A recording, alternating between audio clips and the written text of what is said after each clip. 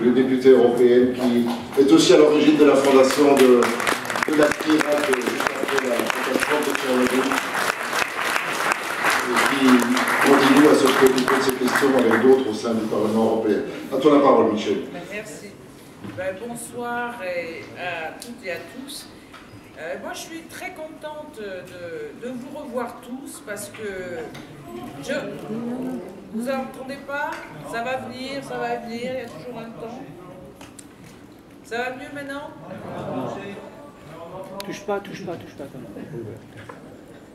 Est-ce que vous m'entendez là? Il n'est pas ouvert.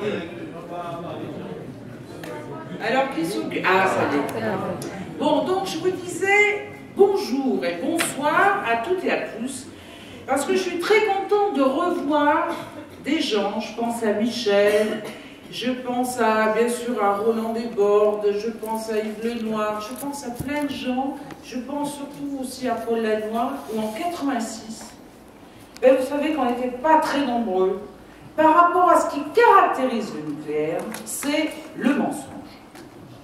Quand on voit même Hiroshima, toutes les informations qui ont été données, on a eu un mal fou à les obtenir et on ne les a pas toutes. Quand vous avez vu Tchernobyl, et moi ça m'a conduit à créer la CRIRAD, quand vous avez les témoignages sur Fukushima, vous voyez qu'on a toujours le même type de désinformation au niveau des organismes qui sont là pour promouvoir le nucléaire. Et c'est pour ça que je voulais intervenir à la suite. Parce que c'est la création de laboratoires indépendants, c'est la création d'organismes indépendants qui sont la garantie d'obtenir l'information. Et ça veut dire qu'il faut mobiliser, si vous voulez, les citoyens sur le plan international pour dire que le pouvoir, nous l'avons, mais encore faut-il s'organiser. Hein, c'est pour ça que...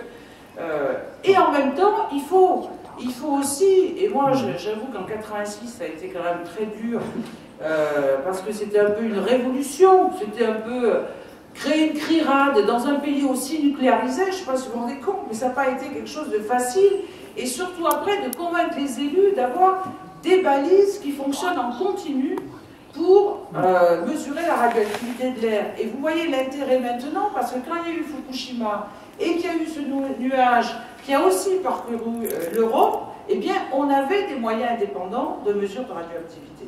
C'est pour ça qu'il faut aider vraiment les Japonais de CRMS, qui est venu en France, et j'ai retrouvé mon Christian Courbon, là, qui est venu là-bas avec Bruno Charéron pour faire des mesures. C'est, vous voyez, la coordination et la solidarité internationale qui permettra d'obtenir une juste information. Alors maintenant, après, avant de venir sur l'Europe, quand j'ai été élu député,